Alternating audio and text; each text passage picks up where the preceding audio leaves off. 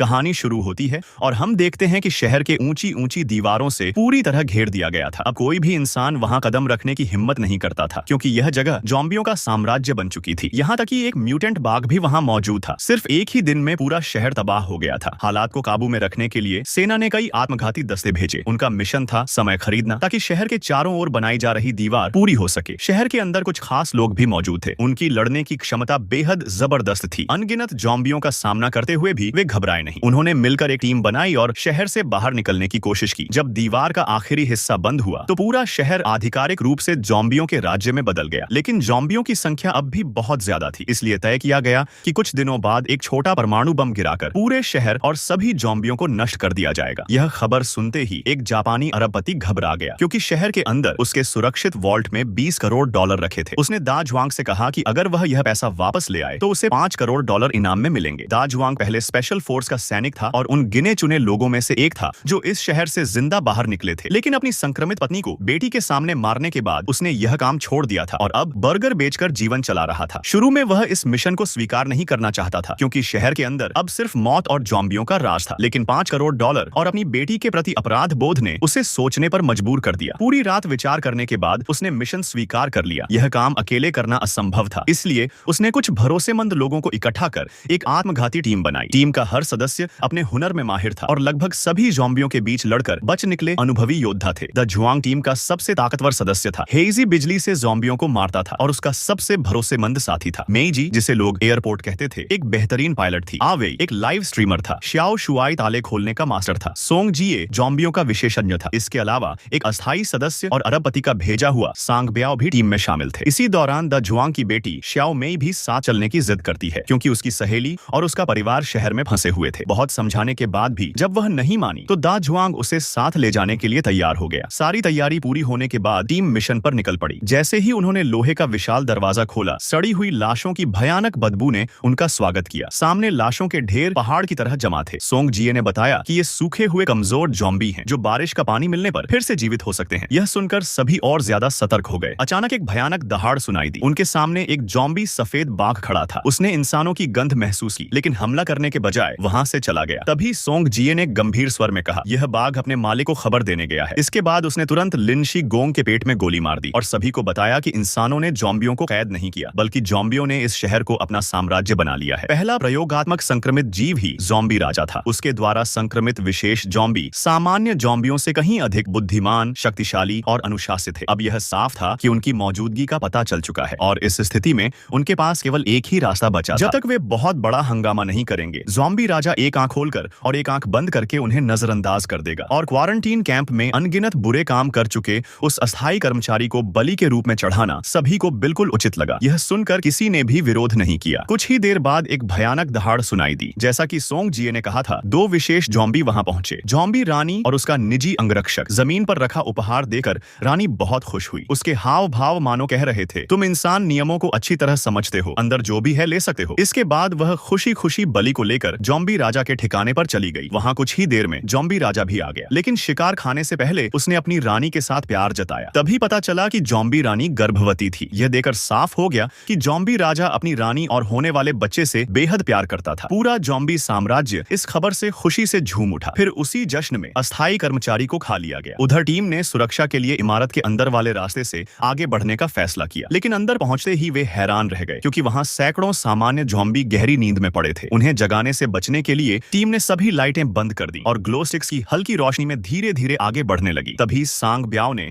अपनी चाल चल दी। पीछे चल रही लड़की से बहस के कारण उसने जानबूझकर ग्लो स्टिक गलत दिशा में फेंक दी। लड़की रास्ता भटक गई और गलती से ज़ॉम्बियों को जगा बैठी। मजबूर होकर उसे गोली चलानी पड़ी, लेकिन कुछ ही पलों में ज़ॉम्बियों ने उसे घेर लिया। आखिरकार आवेई ने उसकी पीठ पर बंधे पेट्रोल ड्रम पर गोली मार दी। जोरदार विस्फोट हुआ और सारे ज़ॉम्बी एक ही झटके में खत्म हो गए। खतरा टलने के बाद टीम सुरक्षित रूप से वॉल्ट वाली इमारत तक पहुंच गई। मेईजी छत पर जाकर हेलीकॉप्टर ठीक करने लगी। सोंग जिए और सांग ब्याओ बाहर पहरा देने लगे। दा जुआंग और श्याओ मेई ने जनरेटर चालू किया जबकि बाकी लोग तिजोरी तक पहुंच गए। अब उनका काम था श्याओ शुआई को तिजोरी खोलने तक सुरक्षा देना, लेकिन रास्ते में दबाव संवेदनशील जाल लगे हुए थे जिन्हें सक्रिय करने के लिए किसी जीवित प्राणी की जरूरत थी। हेजी एक ज़ॉम्बी पकड़ लाया ताकि उससे जाल सक्रिय कराया जा सके। पहली कोशिश असफल रही क्योंकि ज़ॉम्बी अचानक श्याओ शुआई पर टूट पड़ा। सौभाग्य से आवेई ने समय रहते गोली चलाकर उसे बचा लिया। दूसरी बार हेजी एक कटा हुआ हाथ लेकर लाया। उसने उसे गर्म किया और उसकी खुशबू के पीछे जॉम्बी को चलाया। योजना पूरी तरह सफल रही। जॉम्बी जाल सक्रिय करता हुआ आगे बढ़ा और अंत में कुचलकर मांस के लोथड़े में बदल गया। अब तिजोरी खोलने की बारी थी, लेकिन तभी नीचे मौजूद लोगों ने खबर देखी कि परमाणु बम तय समय से पहले गिराया जाएगा। पहले उनके पास काफी समय था, लेकिन अब 2 घंटे से भी कम समय बचा था। यह सुनते ही सभी घबराकर ऊपर की ओर दौड़े ताकि अपने साथियों को यह खबर दे सकें। लेकिन तभी अनजाने में एक नई और पहले से भी बड़ी मुसीबत उनकी ओर बढ़ रही थी, क्योंकि तिजोरी खोलते समय पूरा ध्यान लगाना पड़ता है और जरा सी भी आवाज काम बिगाड़ सकती है। अब सब कुछ दोबारा शुरू करना था, लेकिन श्याओ शुआई ने भरोसा दिलाया कि वह केवल आधे घंटे में तिजोरी खोल देगा। इसका मतलब था कि समय अभी भी उनके पक्ष में था, लेकिन उन्हें यह नहीं पता था कि जॉम्बी राजा आवाज का पीछा करते हुए जॉम्बी रानी की लाश तक पहुंच चुका था। अपनी रानी का कटा हुआ शरीर देकर और उसके पेट में पल रहे जॉम्बी बच्चे की कोई हलचल न महसूस करके जॉम्बी राजा क्रोध से पागल हो उठा। वह अपनी रानी को घोड़े पर रखकर वापस अपने अड्डे पर ले गया। उसे उम्मीद थी कि शायद बच्चा अभी भी बचाया जा सके, लेकिन जब उसने रानी का पेट चीर कर देखा तो अंदर का बच्चा भी मर चुका था। एक ही दिन में अपनी पत्नी और अपने बच्चे दोनों को खो देने के बाद जॉम्बी राजा पूरी तरह टूट गया। अब उसका एक ही लक्ष्य था, उन इंसानों को वहीं दर्द देना। उसने एक भयानक दहाड़ लगाई और अपने पूरे जॉम्बी साम्राज्य को युद्ध का आदेश दे दिया। जॉम्बी राजा के नेतृत्व में हजारों जॉम्बी इमारत की ओर बढ़ने लगे। उधर जॉम्बी सफेद बाघ इंजन के पास आराम से बैठा था। देखने में वह थोड़ा डरावना तो थोड़ा प्यारा भी लग रहा था। इसी बीच आधा घंटा बीत चुका था। श्याओ शुआई ने अपना वादा निभाया और आखिरकार तिजोरी खोल दी। अंदर नोटों के पहाड़ देकर सभी की आंखें चमक उठी। हर कोई जल्दी जल्दी बैग में पैसे भरने लगा, लेकिन तभी दा जुआंग ने देखा कि उसकी बेटी श्याओ मेई वहां नहीं थी। उसे तुरंत समझ आ गया कि वह अपनी सहेली को बचाने अकेले निकल गई है। दा जुआंग उसे खोजने नीचे जाने लगा। आजेन, जो मन ही मन दा जुआंग को पसंद करती थी, उसकी चिंता में उसके साथ जाने को तैयार हो गई। दोनों के बीच प्यार की भावना साफ दिखाई देने लगी थी, लेकिन किस्मत को यह रिश्ता मंजूर नहीं था। जैसे ही लिफ्ट का दरवाजा खुला, अंदर से निकले जॉम्बी ने एक ही झटके में आजेन की गर्दन तोड़ दी। यह दा जुआंग के जीवन का सबसे छोटा प्रेम संबंध साबित हुआ। उसे खुश होने का मौका भी नहीं मिला। गुस्से और दुख से भरा दा जुआंग ज़ॉम्बियों से भिड़ गया, लेकिन और भी ज़ॉम्बी आने लगे। मजबूर होकर उन्हें दूसरे रास्ते से भागना पड़ा। सबसे आगे चल रहा सांग ब्याओ अचानक सील का दरवाजा बंद करके भाग गया, क्योंकि अब उसके पास जॉम्बी रानी का सिर था और बाकी लोग उसके किसी काम के नहीं रहे थे। फंसे हुए लोगों ने दीवार में आरी से छेद करना शुरू किया, लेकिन दूसरी ओर हेजी और श्याओ शुआई आखिरी समय तक जितना हो सके उतना पैसा भरने में लगे रहे। उसी समय लिफ्ट शाफ्ट के ऊपर से अचानक जॉम्बी टूट पड़े और उनके पीछे पीछे जॉम्बी राजा भी आ पहुंचा। उसने लोहे का हेलमेट पहन रखा था, इसलिए गोलियों का उस पर कोई असर नहीं हुआ। कुछ ही पलों में दोनों की बंदूकों की गोलियां खत्म हो गईं। जॉम्बी राजा ने अपना हेलमेट उतारा और हेजी के साथ आमने सामने की लड़ाई शुरू कर दी, लेकिन दोनों की ताकत में बहुत बड़ा अंतर था। हेजी के मुक्के जॉम्बी राजा को कोई नुकसान नहीं पहुंचा सके, जबकि जॉम्बी राजा का हर वार जानलेवा साबित हो रहा था। 1 मिनट भी नहीं बीता था कि हेजी बुरी तरह घायल होकर तिजोरी के दरवाजे तक जा गिरा। जॉम्बी राजा अंतिम वार करने ही वाला था कि तभी श्याओ शुआई आगे आ गया। उसने हेजी को तिजोरी के अंदर धक्का दिया और अपनी जान देकर स्टील का दरवाजा बंद कर दिया। दूसरी ओर सांग ब्याओ भी बच नहीं सका। जैसे ही वह पहली मंजिल पर पहुंचा, उसे पता चला कि उसके बैग में रखा जॉम्बी रानी का सिर सोंगजिए पहले ही बदल चुका था। तभी उसके सामने जॉम्बी सफेद बाघ आ गया। अब समझ आया कि वह नीचे इसलिए बैठा था ताकि कोई भाग न सके। सांग ब्याओ उसके सामने बिल्कुल असहाय था। कुछ ही सेकंड में सफेद बाघ ने उसे नोच नोच कर मार डाला। अंत में उसने एक ही वार में उसका सिर चबा डाला। उधर दा जुआंग और उसके साथियों ने आखिरकार सीमेंट की दीवार काट दी, लेकिन जैसे ही वे पहली मंजिल की लॉबी में पहुंचे, ज़ॉम्बियों ने उन पर हमला कर दिया। तीनों लड़ते लड़ते पीछे हटने लगे, लेकिन ज़ॉम्बियों की संख्या बहुत अधिक थी। इसी दौरान आवेई ज़ॉम्बियों में फंस गया। उसकी बांह पर काट लिया गया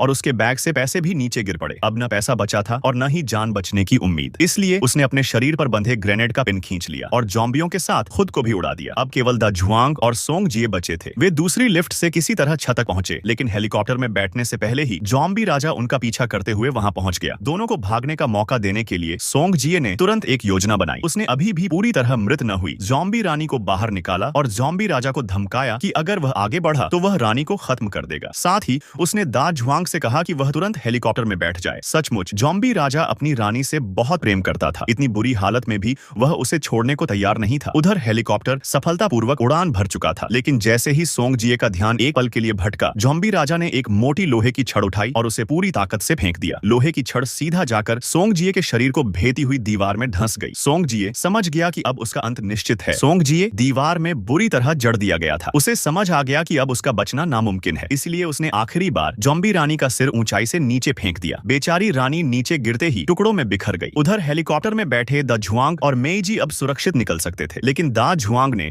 अपनी बेटी श्याओ मेई को बचाने के लिए जॉम्बी राजा के अड्डे पर वापस जाने का फैसला किया। उस समय परमाणु बम गिरने में 10 मिनट से भी कम समय बचा था। ऐसा करना सीधे मौत को गले लगाने जैसा था। मेईजी गुस्से में बड़बड़ाने लगी। न तो उसे एक पैसा मिला था और अब उसे अपनी जान जोखिम में डालकर फिर उसे वापस जाना पड़ रहा था, लेकिन वह दिल की बहुत नेक और वफादार थी। आखिरकार उसने दा झुआंग को उसके गंतव्य तक पहुंचा दिया। जैसा दा झुआंग ने सोचा था, श्याओ मेई सचमुच जॉम्बी राजा के अड्डे तक पहुंच चुकी थी। उसने अपनी सहेली और उसके परिवार को ढूंढ भी लिया था, लेकिन उन्हें यह नहीं पता था कि जॉम्बी राजा अपने सैनिकों के साथ वापस लौट रहा है। श्याओ मेई जैसे ही सबको लेकर निकलने लगी, तभी उनमें से एक व्यक्ति पर अचानक एक जॉम्बी ने हमला कर दिया। वह और कोई नहीं बल्कि वही अस्थायी कर्मचारी था जिसे पहले बलि के रूप में चढ़ाया गया था। श्याओ मेई ने तुरंत गोली चलाई, लेकिन जॉम्बी ने उसे पकड़ लिया। आखिरी गोली ने उसके सिर को चकनाचूर कर दिया और वह वहीं ढेर हो गया। गोली की आवाज सुनकर दा झुआंग को अपनी बेटी की सही जगह का पता चल गया, लेकिन उसी आवाज ने जॉम्बी राजा को भी वहां पहुंचा दिया। उसकी एक गर्जना के साथ ही बाकी जॉम्बी श्याओ मेई और उसकी सहेली पर टूट पड़े। कुछ ही पलों में वे दोनों चारों ओर से घिर गईं। श्याओ मेई ने साहस के साथ गोलियां चलानी शुरू की। उसकी निशानेबाजी कमाल की थी। लगभग हर गोली सीधे जॉम्बियों के सिर में लगी। कुछ ही देर में जॉम्बी राजा के सभी सैनिक मारे गए। शायद जॉम्बी सफेद बाघ इस बार भी कहीं आराम कर रहा था। अब जॉम्बी राजा को खुद मैदान में उतरना पड़ा। उसके हेलमेट की वजह से श्याओ मेई की गोलियों का उस पर कोई असर नहीं हुआ। जैसे ही स्थिति पूरी तरह नियंत्रण से बाहर होने लगी, द झुआंग साइड दरवाजे से अंदर घुसा। उसने एक ग्रेनेड लॉन्चर से फायर किया। धमाके ने जॉम्बी राजा को दूर उछाल दिया। द झुआंग ने तुरंत दोनों लड़कियों को लेकर छत की ओर दौड़ लगाई। वे जैसे ही हेलीकॉप्टर में बैठे, जॉम्बी राजा फिर से उनके पीछे पहुंच गया। एक तेज दौड़ के बाद वह छलांग लगाकर सीधे हेलीकॉप्टर पर चढ़ गया। हेलीकॉप्टर लगभग दुर्घटनाग्रस्त हो गया, लेकिन मेईजी ने अपनी बेहतरीन उड़ान क्षमता से उसे किसी तरह संभाल लिया। हेलीकॉप्टर के अंदर दा झुआंग और जॉम्बी राजा के बीच भीषण लड़ाई शुरू हो गई। इस अफरा तफरी में गलती से मेईजी को भी गोली लग गई। फिर भी उसने दर्द सहते हुए हेलीकॉप्टर को शहर की सीमा से बाहर निकाल लिया। उधर दा झुआंग की हालत बेहद खराब हो चुकी थी। उसकी एक बांह टूट चुकी थी और उसकी पिस्तौल भी नीचे गिर गई थी। यह देखकर श्याओ मेई ने तुरंत अग्निशामक यंत्र उठाया और जॉम्बी राजा पर हमला कर दिया। दा झुआंग अपनी गिरी हुई पिस्तौल उठाने ही वाला था कि जॉम्बी राजा ने उसे काट लिया। उसी समय मेईजी ने विंडशील्ड पर लगा खून साफ किया और देखा कि परमाणु बम अब उनके बिल्कुल पास पहुंच चुका है। विस्फोट की तीव्र रोशनी से जॉम्बी राजा की आंखें कुछ पल के लिए बंद हो गईं। दा झुआंग ने उसी मौके का फायदा उठाया। उसने पिस्तौल उठाई और एक गोली में जॉम्बी राजा का सिर उड़ा दिया, लेकिन खतरा अभी खत्म नहीं हुआ था। परमाणु विस्फोट की शक्तिशाली तरंग हेलीकॉप्टर से टकराई। फिर सब कुछ अंधेरे में डूब गया। कुछ समय बाद श्याओ मेई को होश आया। उसने देखा कि मेईजी और उसकी सहेली दोनों विमान दुर्घटना में मारी जा चुकी थी। केवल दा झुआंग अभी भी अंतिम सांसें ले रहा था, लेकिन वह पहले ही जॉम्बी के काटने का शिकार हो चुका था। श्याओ मेई की जिद और प्रयासों का परिणाम बेहद दुखद निकला। वह न तो अपनी सहेली को बचा सकी